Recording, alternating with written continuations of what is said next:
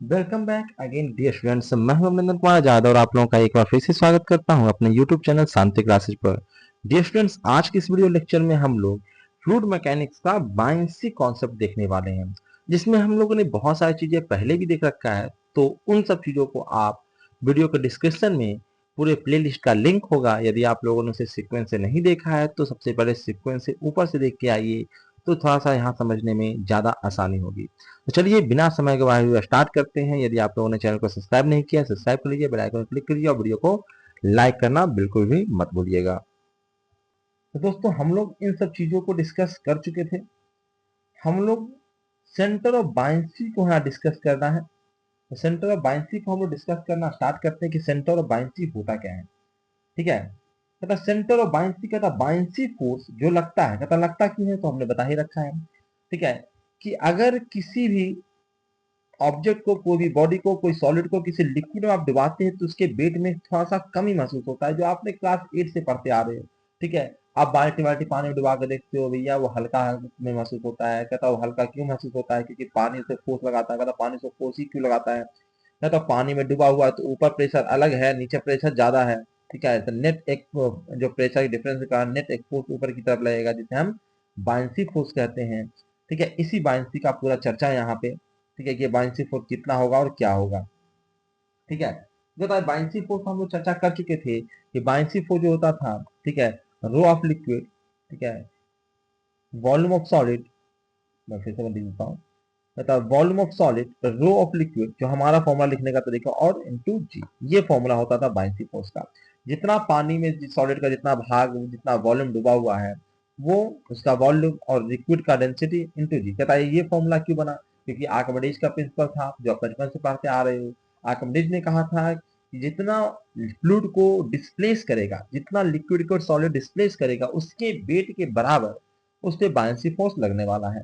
ठीक है, तो कहता है ये तो हम लोग एक्सपेरिमेंट से हमने देखा ही है पहले से। ठीक है, तो पूरा बायनेंसी फोर्स का चर्चा यही है कि कितना वॉल्यूम को वो डिस्प्लेस करता है, कितना वॉल्यूम को डिस्प्लेस करता है पानी का। भैया जितना पानी, जो जितना सॉलिड का वॉल्यूम डूबा हुआ उतना ही पानी हटाया होगा ना, बस उतना हमको वेट निकाल लेना है। किसका? लिक्विड का सॉलिड का वॉल्यूम जितना हटा है, तो जितना सॉलिड का वॉल्यूम है उतना ही लिक्विड का वॉल्यूम हटा होगा। तो वॉल्यूम हमने सॉलिड का ले लिया, और रो कितना किसका ले लिया? लिक्विड का ले लिया। इनटू वेट में बदलने के लिए हमने क्या किया? उसको ग्रेविटेशनल एक्सेलरेशन से मल्टीप्लाई कर दिया। खैर, ये सब हम लोग चर्चा कर चुके हैं पहले ही। ठीक है, तो अब क्या चर्चा करने वाले हैं? तो अब हम चर्चा करने वाले हैं कि ये जो फोर्स है, बायनेंसी फोर्स, वो कहाँ पे लगता है, सेंटर ऑफ बायनेंसी क्या है। सेंटर ऑफ बायनेंसी का definition, it is a point at which buoyancy force act. जहां पे जिस भी पॉइंट पे, बॉडी के जिस भी पॉइंट पे बायनेंसी फोर्स लग रहा है, वही है उसका सेंटर ऑफ बायनेंसी। और जाहिर सी बात है, बायनेंसी फोर्स अगर किसी वॉल्यूम पे लग रहा है तो उस वॉल्यूम का जो सेंटर होगा, ठीक है, वहीं पे लगेगा क्या? वही होगा सेंटर ऑफ बायनेंसी, जो वॉल्यूम पानी में डूबा हुआ है उसका। ठीक है, इसको निकालेंगे भी हम लोग, निकालने की भी कोशिश करेंगे। कहता है कि this point is exactly same as the centre of gravity of displaced liquid. ठीक है, जो डिस्प्लेस फ्लूइड है उसके सेंटर ऑफ ग्रेविटी पे ही ना उसका बायनेंसी, सेंटर ऑफ बायनेंसी होगा, क्योंकि उस पे फोर्स लगना है। ठीक है, ये आप समझ गए, कॉन्सेप्ट तो समझ गया, थोड़ा सा समझिए। जैसे कि आपने इतना बड़ा बॉडी है आपका, ठीक है, ये ब्लॉक है आपका, लेकिन पानी में मान लेते हैं पानी यहीं तक है। तो पानी में जो डूबा हुआ वॉल्यूम है, जो पानी में डूबा हुआ वॉल्यूम है, वो तो इतना ही है ना भाई। पानी में डूबा हुआ वॉल्यूम तो इतना ही है, और जितना पानी में डूबा हुआ वॉल्यूम होगा, बायनेंसी फोर्स तो उतने पे ही लग रहा होगा। तो इतने ही वॉल्यूम का जो सेंटर है, वही ना सेंटर ऑफ बायनेंसी होगा। तो सेंटर ऑफ बायनेंसी तो आपका यहाँ पे होगा। ठीक है, लेकिन अगर आप ग्रेविटेशनल, ये सेंटर ऑफ बायनेंसी, ये पॉइंट हम बी बोलेंगे, लेकिन अगर आप इसका पूरा ज्योमेट्रिकल सेंटर देखना शुरू कर दोगे बॉडी का, तो बॉडी का ज्योमेट्रिकल, बॉडी तो पूरा ना है, तो बॉडी का ज्योमेट्रिकल सेंटर तो यहाँ पे कहीं ना होगा, बीच में ना। ठीक है, तो सेंटर ऑफ बायनेंसी कोई जरूरी नहीं कि ज्योमेट्रिकल सेंटर हो। वो जो सॉलिड का जो वो वॉल्यूम लिक्विड में या फ्लूइड में डूबा हुआ रहता है, जो उसके अंदर रहता है, उसके सेंटर ऑफ ग्रेविटी जहां पे होता है, वही सेंटर ऑफ बायनेंसी होता है। ठीक है, उसको निकालने के लिए हम लोग क्या कर सकते हैं? अपना ज्योमेट्री लगा सकते हैं। जिसे मान लेते हैं कि अगर आपका इतना ही भाग पानी में डूबा हुआ है, तो भैया इसका सेंटर निकालने के लिए ये जो सेंटर होगा, ये क्या होगा? सेंटर ऑफ बायनेंसी होगा। लेकिन पूरा भाग पानी में डूबा हुआ रहना चाहिए। ठीक है। उसी प्रकार से मान लेते ट्रायंगुलर को भाग है वो पानी में डूबा हुआ है, तो इसका भी सेंट्रोइड जो होगा वही ना सेंटर ऑफ बायंसी होगा। ठीक है, बजावते ये पूरा ट्रायंगुलर भाग पानी में डूबा हुआ सॉलिड का होना चाहिए। ठीक है, तो इस प्रकार से आप सेंटर ऑफ बायंसी निकाल सकते हैं। चलिए आगे बढ़ते हैं। चलिए एक कॉन्सेप्ट और देखते हैं, वो है इफेक्ट ऑफ डिस्टर्बेंस। कहता अगर आप बॉडी जो भी पानी में डूबा हुआ है, लिक्विड में डूबा हुआ है, उसको थोड़ा सा डिस्टर्ब करोगे तो क्या होगा। ठीक है, तो दो केसों में देखेंगे। सबसे पहले इमर्ज्ड बॉडी, यानी कि जो बॉडी आपका है, जो सॉलिड है, वो पूरी तरह से पानी में डूबा हुआ है। अगर उसको आप डिस्टर्ब करोगे तो कोई ज्यादा विशेष फर्क नहीं पड़ने वाला। मतलब क्यों नहीं फर्क पड़ेगा सर? ठीक है, क्योंकि अगर हमारा जो डिस्प्ले जितना पानी को हटाया है उससे हमको मतलब होता है। बायंसी फोर्स का मतलब होता है सॉलिड के वॉल्यूम से मतलब नहीं होता है, उसको मतलब होता है कितना तुमने लिक्विड का वॉल्यूम को डिस्प्लेस किया है, उससे मतलब होता है। कहता है अगर तुमने डिस्टर्ब किया है बॉडी को, ठीक है, कुछ डोलाया है, घुमाया है किसी प्रकार से, लेकिन उसके डिस्प्लेस्ड जो वॉल्यूम है, जितना पानी को पहले हटा रहा था अभी भी उतना ही पानी को हटा रहा है, तो भैया आपके ऐसा करने से कोई फर्क नहीं पड़ा है। ठीक है, यानी बॉडी जनरली इमर्ज होता है और वहां पे अगर आप सॉलिड के बॉडी को हल्का सा डिस्टर्ब करते हो तो बेटा इससे कोई फर्क पड़ने वाला नहीं। ठीक है, मैंने लिखा भी है कि यदि centre of buoyancy at the same point on the vertical axis of the body since the shape, गलती से नहीं लिखा गया, since the shape of displaced volume remain same during disturbance. ठीक है, द डिस्टर्बेंस के बाद भी कोई फर्क वॉल्यूम को नहीं पड़ने वाला। लेकिन अगर फ्लोटिंग बॉडी है, ठीक है, दिख रहा होगा फ्लोटिंग बॉडी की भैया कुछ भाग पानी के अंदर है, कुछ भाग पानी के बाहर है। अगर फ्लोटिंग बॉडी है, उसमें तुमने हल्का सा भी इसको डुला दिया, इसको ऐसे डिस्प्लेस कर दिया, तो तुम्हें देख रहे हो कि डिस्प्लेस्ड वॉल्यूम बढ़ या घट सकता है। ठीक है, या फिर कुछ नहीं, अगर बढ़े घटेगा नहीं वॉल्यूम तो कम से कम, ठीक है, हो सकता है ना बढ़े घटे, लेकिन उसका जो शेप बदल सकता है, यानी कि सेंटर ऑफ बायंसी इधर उधर शिफ्ट हो सकता है। ठीक है, कहता है कि इस condition the centre of buoyancy shift from vertical axis of body since the shape of disturb value changes during disturbance। ठीक है, डिस्टर्ब जो वॉल्यूम है वो बदल सकता है आपका, ठीक है, चेंज हो सकता है। तो दो कंडीशन हो सकते हैं। तो मैं ये कहना चाहता हूँ, आपको समझाना चाहता हूँ कि अगर पूरी तरह से इमर्ज्ड बॉडी है तो अंदर किसी प्रकार से घुमाओ उसका वॉल्यूम वही रहेगा, उसका सेंटर ऑफ बायंसी में किसी प्रकार का चेंजेस नहीं आएगा। लेकिन अगर फ्लोटिंग बॉडी है उसको अगर तुमने डिस्टर्ब किया तो सेंटर ऑफ बायंसी हो सकता है चेंज कर दे। तो देखो वॉल्यूम अगर उतना भी है तो उसका शेप बदल सकता है। जैसे मैंने यहाँ पे दिखाया कि इस प्रकार का शेप था, अब शेप बदल गया है। शेप बदलेगा उसका जो होता है सेंटर बदल जाएगा, सेंटर बदल जाएगा तो सेंटर ऑफ बायंसी भी बदल जाएगा। ठीक है, तो दोनों कंडीशन में सेंटर ऑफ बायंसी बदल सकता है और सेंटर ऑफ बायंसी बदलेगा तो खेला बदल सकता है। वो आगे हम लोग देखेंगे कि किस प्रकार से खेला बदलता है सेंटर ऑफ बायंसी बदलने से।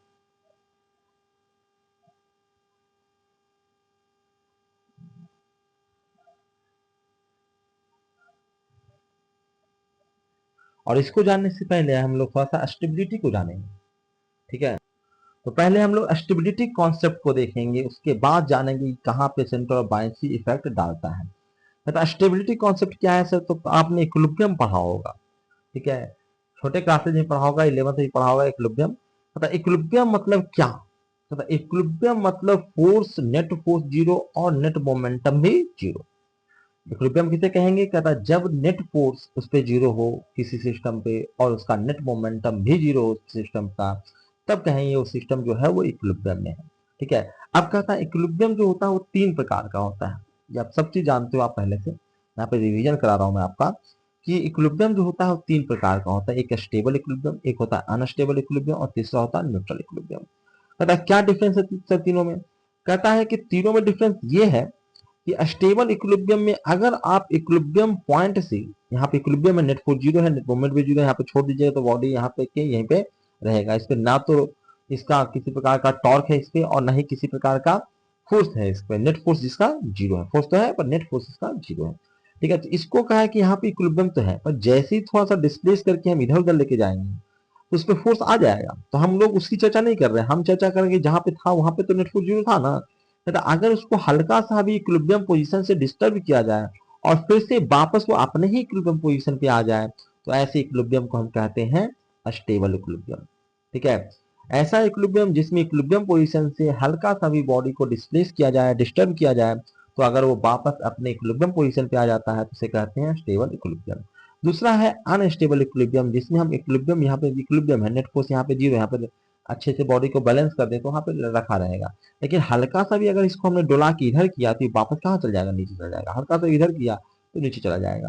पर ऐसा पोजीशन जहां पर, ऐसा पोजीशन यानी ऐसा इक्विलिब्रियम पोजीशन जहां से अगर हम बॉडी को हल्का सा भी डिस्प्लेस करें तो वो अपने इक्विलिब्रियम पोजीशन से और दूर भागे, तो ऐसे इक्विलिब्रियम को हम कहते हैं अनस्टेबल इक्विलिब्रियम। बात समझ में आ गया। अगला है न्यूट्रल इक्विलिब्रियम। कहता न्यूट्रल इक्विलिब्रियम किसे कहते हैं भैया? कहता न्यूट्रल इक्विलिब्रियम को कोई मतलब नहीं है, जनरल इक्विलिब्रियम में है। अगर हल्का सा डिस्टर्ब भी कर दो तो वो भी वहां पे भी इक्विलिब्रियम में ही रहे। ठीक है, डिस्टर्ब करने से उसके इक्विलिब्रियम पे किस प्रकार का फर्क नहीं पड़ता है, पहले भी इक्विलिब्रियम में था, आगे भी इक्विलिब्रियम में रहेगा। तो ऐसे इक्विलिब्रियम को हम कहते हैं न्यूट्रल इक्विलिब्रियम। ठीक है, तो दो प्रकार का इक्विलिब्रियम है आपका, तीन प्रकार का इक्विलिब्रियम है आपका, स्टेबल, अनस्टेबल और न्यूट्रल इक्विलिब्रियम। ठीक है, अब कहता है आगे हम लोग देखते हैं इसको थोड़ा सा। तो कहता है इतनी चीजें तो आप पहले से जानते ही थे, थोड़ा सा और चीजें हम जान लेते हैं जो यहाँ पे इस्तेमाल होगा या कॉन्सेप्ट को समझने में आसानी करेगा। कहता है restoring force are more dominated as compare to disturbing force in the case of stable equilibrium. Stable equilibrium में रीस्टोरिंग फोर्स, तुमने डिस्टर्ब किया है तो जाहिर सी बात है फिर से रीस्टोर कर रहा है, फिर से अपने पोजीशन पे वापस ला रहा है, यानी कि रीस्टोरिंग फोर्स जो है वो ज्यादा डोमिनेटेड है इस केस में as compare to disturbing force, जो इसको डिस्टर्ब कर रहा है। तो ना वापस खींचा गया, थोड़ा सा तुमने डिस्टर्ब करके ले गया इधर, तुम डिस्टर्बिंग फोर्स थे, लेकिन तुमको खींच लिया वापस फिर से यहीं पे, यानी कि यहाँ पे रीस्टोरिंग फोर्स जो है वो डिस्टर्बिंग फोर्स से ज्यादा डोमिनेट कर रहा है। इसलिए इक्विलिब्रियम जो है वो कैसा इक्विलिब्रियम है, स्टेबल इक्विलिब्रियम। स्टेबल इक्विलिब्रियम में जो रीस्टोरिंग फोर्स होता है वो डिस्टर्बिंग फोर्स की कंपेरिजन में ज्यादा डोमिनेटेड होता है। ठीक है, तो यहाँ पे एक फॉर्मूला भी हम आपको दे रहे हैं। ठीक है, time of period of oxidation. ये ऑक्सीडेशन कहाँ से आ गया सर? ये ऑक्सीडेशन आएगा, क्यों आएगा?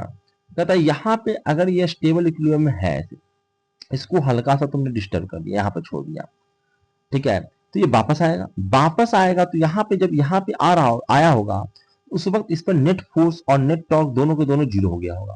ठीक है, स्टेबल इक्विलिब्रियम वहां पे इक्विलिब्रियम है। ठीक है, नेट टॉर्क और नेट फोर्स जो हो गया वो जीरो हो गया।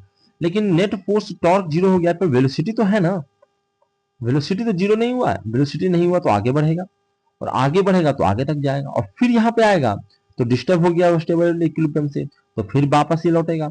इस प्रकार से ये मोशन करता रहेगा, डोलता रहेगा ये। ठीक है, तो ये है ऑक्सीडेशन, यानी हल्का सा अगर इक्विलिब्रियम, स्टेबल इक्विलिब्रियम से तुम डिस्टर्ब करके छोड़ दोगे तो वो क्या करने लगेगा, ऑक्सीडेशन करने लगेगा। और ऐसे कंडीशन में आपका डिफाइन होगा टाइम पीरियड ऑफ ऑक्सीडेशन। तो टाइम पीरियड ऑफ ऑक्सीडेशन जो होगा, कि टाइम पीरियड कितना होगा, मतलब जितना कम स्टेबिलिटी होगी उतना ज्यादा टाइम पीरियड लगेगा। ठीक है, यानी जितना ज्यादा स्टेबिलिटी होगा, ठीक है, जितना ज्यादा स्टेबिलिटी होगा उतने कम टाइम में वो अपने आप को रिपीट कर लेगा। ठीक है, स्टोरिंग रीस्टोरिंग को जितना स्ट्रॉन्ग होगा उतना जल्दी वो अपने मोशन को, अपने पोजीशन पर फिर से वापस आएगा, यानी कि उसका टाइम पीरियड उतना ही कम होगा। यानी स्टेबिलिटी ज्यादा, टाइम पीरियड कम। ठीक है, स्टेबिलिटी कम, टाइम पीरियड ज्यादा। ठीक है, तो ये भी याद रखना है, ये भी एग्जाम में आ सकता है, क्वेश्चन आता है इसमें न्यूमेरिकल्स वगैरह, स्टेबिलिटी और टाइम पीरियड के बीच के रिलेशन पे डिपेंड करता हुआ। ठीक है, अब न्यूमेरिकल एक साथ देखेंगे, थोड़ा सा इसको और थोड़ा समझ लेते हैं क्या क्वेश्चन आता है। जैसे दीदिया नीचे दिख रहा होगा आपको, वो क्या है उसको देखते हैं। अभी पहले सारे कॉन्सेप्ट को बढ़िया से समझ लेते हैं, उसके बाद सबको कंक्लूड करेंगे। ठीक है, अगला है आपका स्टेबिलिटी का किस्सा। ठीक है, स्टेबिलिटी ऑफ सबमर्ज्ड बॉडीज। ठीक है, पूरी तरह से पानी में जब डूबा हुआ है तब की हम बात कर रहे हैं। मैंने वाटर लेवल यहाँ पे दिखाया, ये वाटर लेवल है और पूरा डूब की यहाँ पे है। ठीक है, उस वक्त हम स्टेबिलिटी की बातें कर रहे हैं। ठीक है, कहता है कि अगर आपका बॉडी कुछ इस प्रकार से है, बिल्कुल स्क्वायर इस प्रकार से है। ठीक है, मैंने स्क्वायर नहीं रहेगा, क्यूबिक रहेगा, 3D बॉडी होता है, 2D बॉडी नहीं होता है।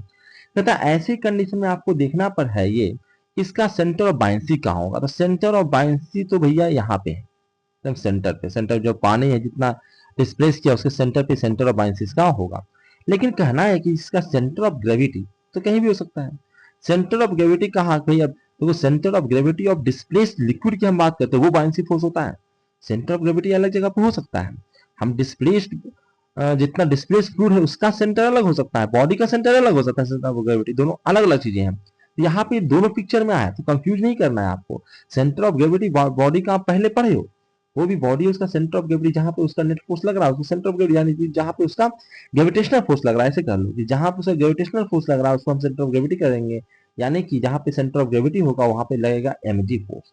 ठीक है, सेंटर ऑफ बायंसी वो फोर्स है जहां पे बायंसी फोर्स लगेगा, दोनों अलग अलग चीजें हैं, दोनों में कंफ्यूज नहीं होना है। ठीक है, जो बायंसी फोर्स लगता है वो लिक्विड जितना डिस्प्लेस हुआ है, जितना लिक्विड डिस्प्लेस हुआ है उसके सेंटर ऑफ ग्रेविटी पे लगता है।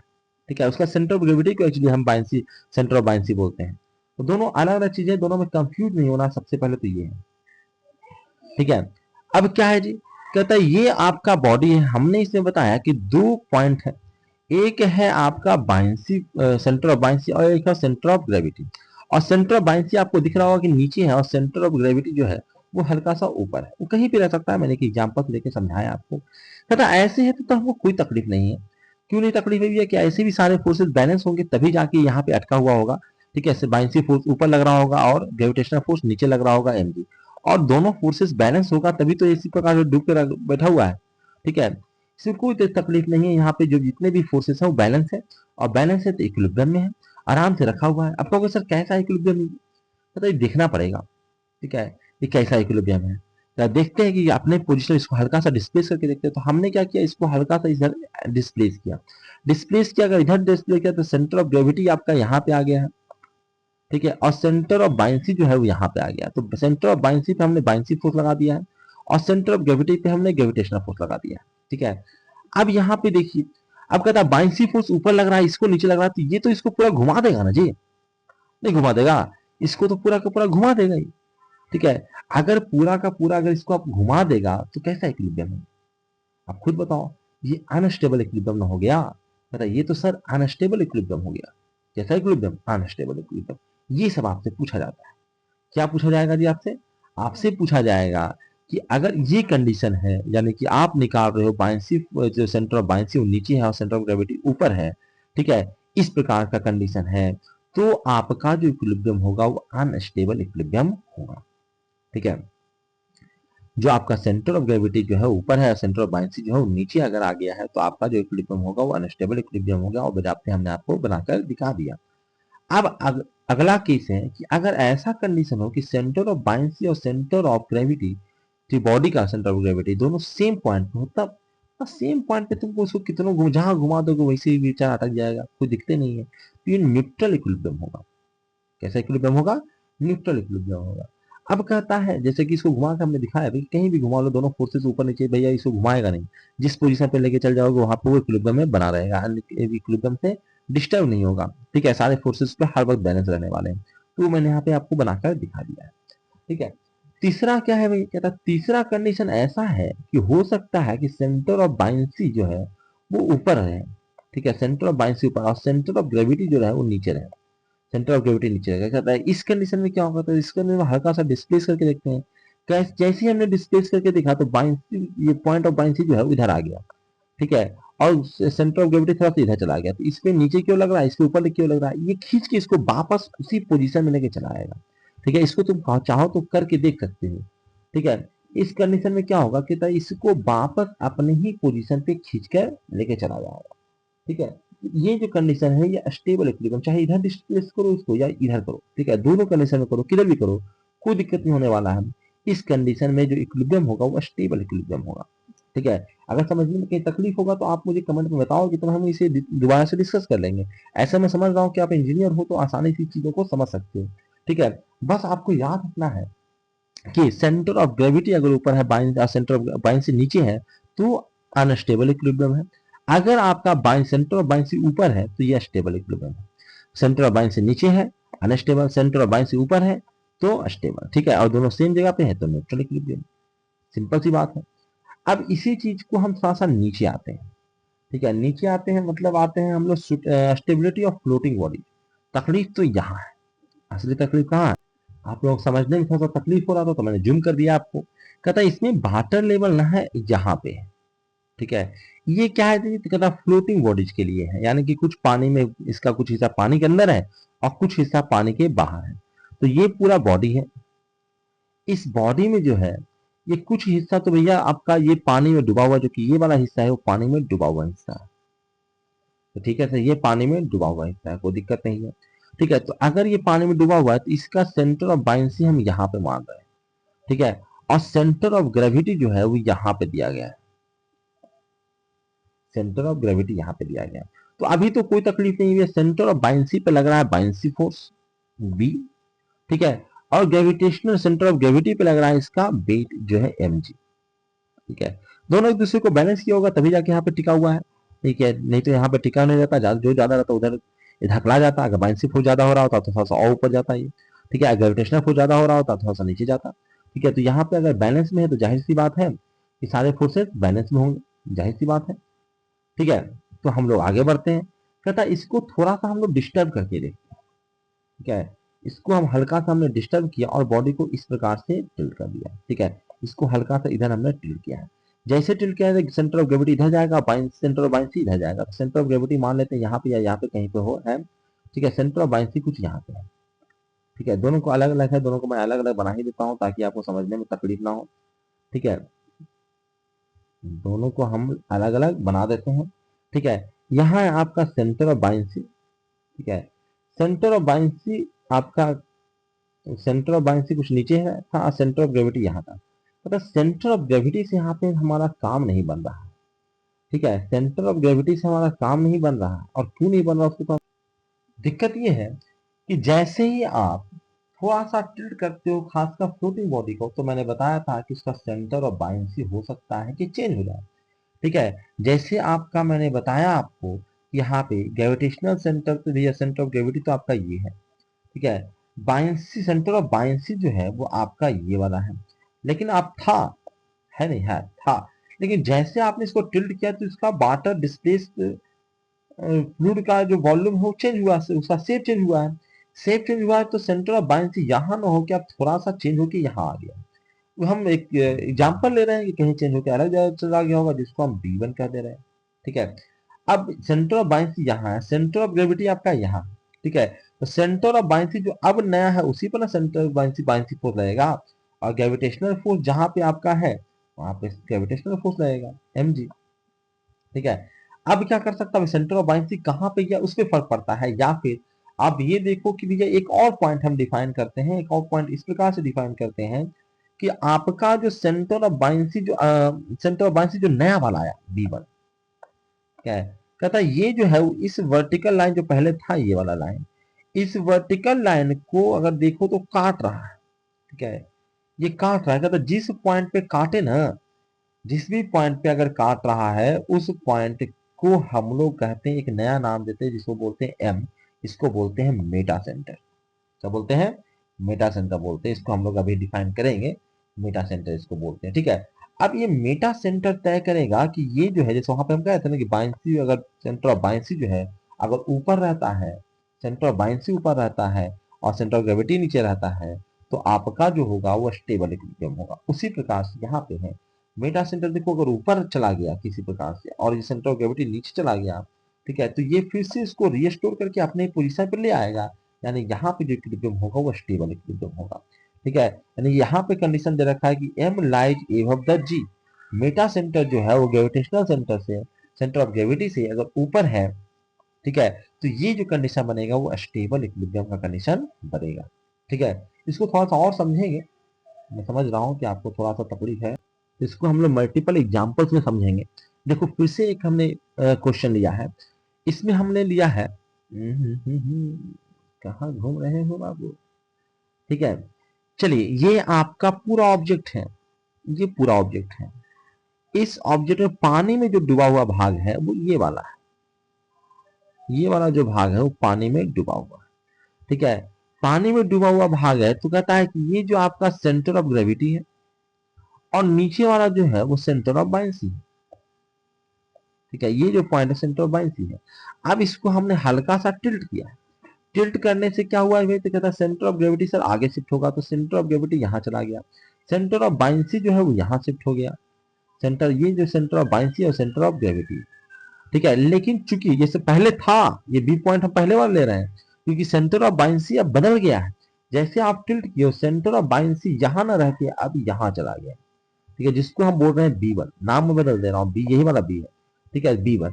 तो यहाँ पे जो है अगर देखोगे कि ये ऐसा हो सकता है, ठीक है, हम पहले देख रहे हैं कि आपका हम देख रहे हैं कि सेंटर ऑफ बायंसी जो नया वाला बना है वहां पे लगेगा क्या फोर्स, कहता वहां पे बायंसी फोर्स लगेगा, तो वहां पे हम बायंसी फोर्स ले लिए, ठीक है।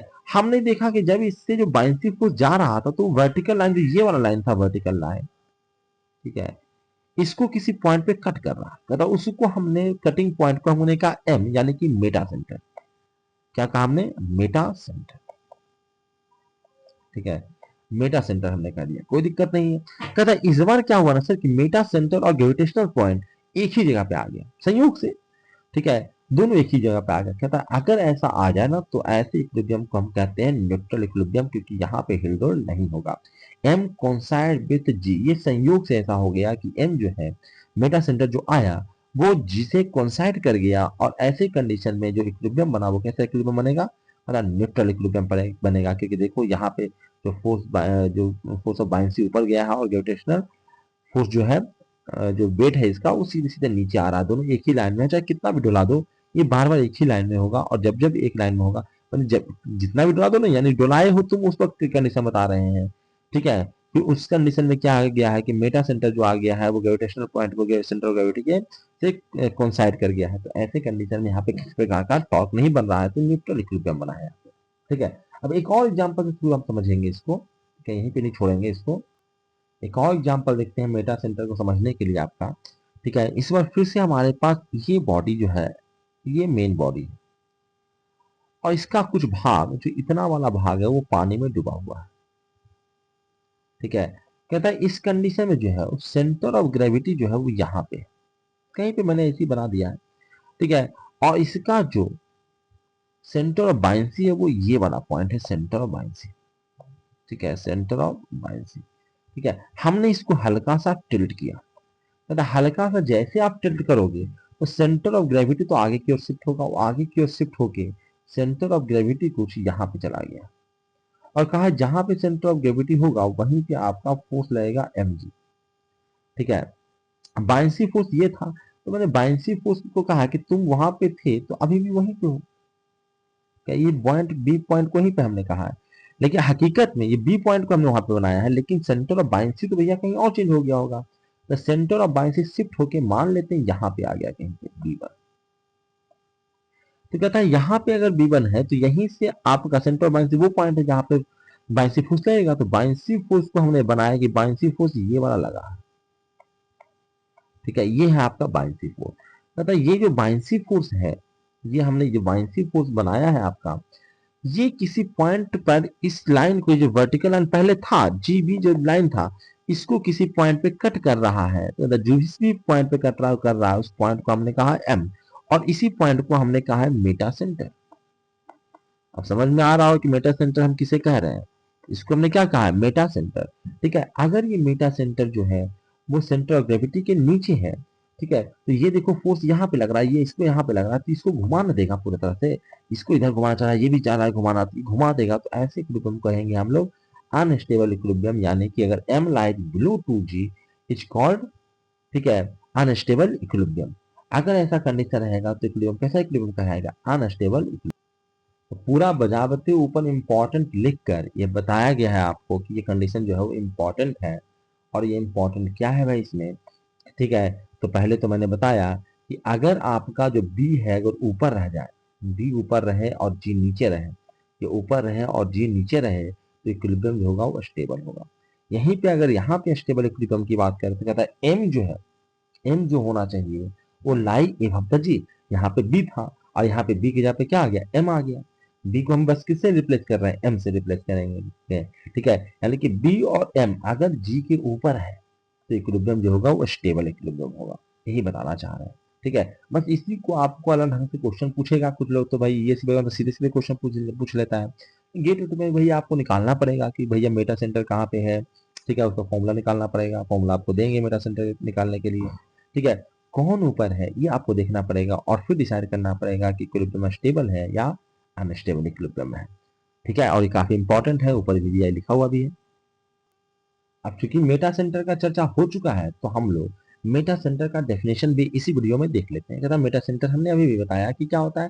कहता it is the point of intersection of vertical line passing through new centre of buoyancy B1 with the vertical axis BG of the body and a very small angular tilt given to the body। ठीक है, body को अगर हल्का सा tilt देते हैं, ठीक है, तो नया जो सेंटर ऑफ बायंसी बनता है। ठीक है, पहले जो अगर पॉइंट था इस प्रकार से, कहीं पे आपका जी था, कहीं पे आपका बी था, तो मतलब जैसे ही हल्का सा आप टिल्ट करते हो, ठीक है, तो ये तो आपका बीजी यहाँ पे है, ये है बीजी पहले से जो था। ठीक है, हल्का सा जो सेंटर ऑफ बायंसी कहीं पे चेंज होकर कहीं और चला जाएगा और सेंटर ऑफ बायंसी का B1 है। ठीक है, तो इससे जो आपका ये जो जिस पॉइंट पे कट करेगा, ठीक है, बायंसी फोर्स वाला जो लाइन है वो जहाँ पे कट करेगा बीजी लाइन को, उसी को कहेंगे हम लोग सेंटर, मेटा सेंटर। क्या कहेंगे उसे? Meta centre. साफ साफ लिखा हुआ है, तो आप पढ़ सकते हैं। मेटा सेंटर किसे कहते हैं जी? तथा मेटा सेंटर जो है सर, ठीक है, मेटा सेंटर जो है, it is the point of intersection of a vertical line passing through new centre of buoyancy. या वर्टिकल लाइन और new centre of buoyancy B1 with the vertical axis BG of the body under a very small angular tilt given to the body is called metacenter। आगे कहता है it is the point above which body is oscillating under a very small angular tilt given to the body। तथा अगर आप बहुत ही हल्का सा tilt करके इसको छोड़िएगा अस्टेबल इक्विलिब्रियम के कंडीशन में खास करके, ठीक है, ठीक है, स्टेबल नहीं भी है तो जाहिर सी बात है वो ऑक्सीलेशन फिर नहीं करेगा, वो उसी के पॉइंट के बाद यानी कि मेटा सेंटर के बाद घूम जाएगा। ठीक है, लेकिन अगर आप उसको स्टेबल इक्विलिब्रियम में और हल्का सा अगर आप उसे टिल्ट करके छोड़ते हो तो मेटा सेंटर के अबाउट ही वो जो पूरा बॉडी है वो ऑक्सीलेट करना शुरू कर देगा। ठीक है, अब मेटा सेंटर है, अब बायंसी सेंटर और बायंसी तो अब मायने रखता नहीं है कि सारा किस्सा जो हो रहा है अब मेटा सेंटर से हो रहा है। ठीक है, तो मेटा सेंटर से कितना हो रहा है तो हमको निकालना पड़ेगा एक टर्म निकालना पड़ता है GM। ठीक है, जिसको हम बोलते हैं मेटा सेंटर हाइट। तथा मेटा सेंटर हाइट क्या है सर? तथा मेटा सेंटर हाइट जो है वो मेटा सेंटर कहाँ पे, देखो ऑक्सीडेशन तो तभी होगा जो स्टेबल इक्विलिब्रियम है, स्टेबल इक्विलिब्रियम है तो M जब भी होगा वो G से ऊपर ही होगा। ठीक है, इसलिए हम यहाँ पे मेटा सेंटर हाइट बोल रहे हैं। ठीक है, डेप्थ नहीं बोल रहे हैं, क्योंकि आपने इस प्रकार से अगर पॉइंट है आपका, ठीक है, तो ऊपर आपका मान लेते हैं मेटा सेंटर है और नीचे कौन है? पता है, नीचे आपका G है। तो ये जो हाइट है ना, ठीक है, ये असर डालता है उसके टाइम पीरियड को, टाइम पीरियड ऑफ ऑक्सीडेशन को। ठीक है, पता जितना ज्यादा डिफरेंस होगा उतना ज्यादा बेचारा वो ये होगा। ठीक है, उतना जल्दी जल्दी वो वाइब्रेट करेगा। कहने का मतलब है कि GM का वैल्यू जितना ज्यादा होगा टाइम पीरियड उतना ही कम होगा। ठीक है, उसको आगे हम देखेंगे फॉर्मूला से, पहले तो हम मेटा सेंटर हाइट निकालना शुरू करें। मेटा सेंटर हाइट GM का जो वैल्यू होगा उसको वो जो बराबर होता है वो होता है I divided by V displace volume, displaced volume जो पानी का वॉल्यूम डिस्प्लेस है, माइनस BG। GM निकालना है तो BG भी यहाँ पे पिक्चर में आएगा जो पहले वाला था। I यहाँ पे क्या है तो बताया ये मोमेंट ऑफ इनर्शिया है of the plane cut by the free surface level of liquid. ठीक है, जो प्लेन कट आप कर रहे हो, बोल के क्या समझाए आप देखिए इसको समझिए। ठीक है, कि अगर ये बॉडी है आपका तो हम आई बात कर रहे हैं इसका। ठीक है, ये जो है वो plane cut by the free surface level of liquid. ठीक है, जैसे ये वाला है तो ये जो है इस प्लेन कट की हम बात कर रहे हैं। ठीक है, इसकी हम बात कर रहे हैं। बाकी आपको पता ही है कि GM अगर 0 से बड़ा है तो ये स्टेबल इक्विलिब्रियम निकालोगे। अगर GM जो है वो 0 से बड़ा आ गया, 0 से बड़ा आ गया, इसका मतलब क्या है कि M जो है ऊपर हाइट ना है, ये मेटा मेटा सेंटर हाइट ना, तो M जो है ऊपर है, तो ये जो इक्विलिब्रियम होगा वो स्टेबल इक्विलिब्रियम होगा। ठीक है, अगर आपका ये 0 के बराबर आ गया मतलब G और M एक ही पॉइंट पे है, ठीक है, तो ये इसको हम कहेंगे न्यूट्रल इक्विलिब्रियम या न्यूट्रल इक्विलिब्रियम होगा। ठीक है, यही अगर आपका GM जो लेस देन 0 है, इसका मतलब है कि मेटा सेंटर नीचे चला गया है, सेंटर ऑफ ग्रेविटी ऊपर चला गया है, इक्विलिब्रियम कैसा होगा? अनस्टेबल इक्विलिब्रियम होगा। तो हम लोग इस पे न्यूमेरिकल करेंगे, न्यूमेरिकल हमारे पास है, लेकिन इस वीडियो लेक्चर में इतना ही रखते हैं क्योंकि मेरे पास कॉल वॉल आ रहा है। ठीक है, इस वीडियो लेक्चर को हम लोग आगे आगे हम थोड़ा सा न्यूमेरिकल्स करेंगे और सिर्फ डिजाइन देखेंगे कि दो कंडीशन भैया, एक तो है कंफर्ट वाला शिप जो आपके पैसेंजर को ढोने वाला शिप होता है और एक होता है बार शिप। ठीक है, दोनों की डिजाइन में क्या डिफरेंस होता है, किस प्रकार से हम शिप को डिजाइन करेंगे, क्योंकि वहां पे जब झटके लगेंगे, ठीक है, लहरों के झटके लगेंगे तो अगर ये रहेगा तो जो ऑक्सीडेशन था भैया हम तो डिजाइन करेंगे भैया स्टेबल इक्विलिब्रियम के लिए। इक्विलिब्रियम में तो गाड़ी चलता रहा है यानी शिप चल रहा है, लेकिन अगर झटके लगे उसको, झटका लगेगा तो फिर से वो इक्विलिब्रियम पोजीशन पे वापस आए ना कि पलट जाए। हम डिजाइन इसी प्रकार से करेंगे कि जब भी हो, ठीक है, मेटा सेंटर जो हो ग्रेविटेशन सेंटर पर ग्रेविटी से ऊपर ही हो, यानी कि स्टेबल इक्विलिब्रियम हो, तभी ना शिप डिजाइन होगा। वरना अगर झटका लगेगा पलट गया, ठीक है, थोड़ा सा भी डिस्टर्ब हुआ अपने इक्विलिब्रियम पोजीशन से और पलट गया तो भैया तो फिर पिटा ही जाओगे तुम, ठीक है, क्या ही बना रहे हो तुम। तो सिर्फ इस प्रकार से डिजाइन करना है कि हमारा सेंटर ऑफ बायन्सी या फिर मेटा सेंटर जो है, सेंटर ऑफ बायन्सी तो वहाँ होगा नहीं, पूरा पूरा सिर्फ तो डूबेगा नहीं, ठीक है, तो वहाँ पे होगा मेटा सेंटर का हिस्सा। और मेटा सेंटर अगर ऊपर रहेगा तो आपका शिप जो है वो बढ़िया से डिजाइन है, ठीक है। अब है कि ऊपर तो रहना ही है, पर कितना ऊपर रहना है, ठीक है, हमको कंफर्ट देना है या हमको जल्दी से इक्विलिब्रियम पे आना है। जैसे वारशिप जो होगा वो जल्दी से जल्दी इक्विलिब्रियम पोजीशन पे आना चाहता है, लेकिन अगर आपका जो है पैसेंजर शिप है तो वो कंफर्ट चाहिए, वो झटके से कहीं लौटना नहीं चाहता, वो धीरे से आराम से सॉकर के लगा रहता है, आराम से आएगा, आराम से अपने पोजीशन पे आएगा। इन सारी चीजों को हम लोग नेक्स्ट वीडियो लेक्चर में देखेंगे, तो आप हमारे साथ बने रहिए। इस वीडियो लेक्चर में इतना ही था। बहुत बहुत धन्यवाद आप लोगों का। आप लोग इस प्रकार से जुड़े रहिए, चैनल को सब्सक्राइब कर दीजिए, बेल आइकन क्लिक कर दीजिए, वीडियो को लाइक कर दीजिए और अपने दोस्तों के साथ इसको शेयर करना बिल्कुल मत भूलिएगा। Thank you very much. इस वीडियो लेक्चर में इतना ही था।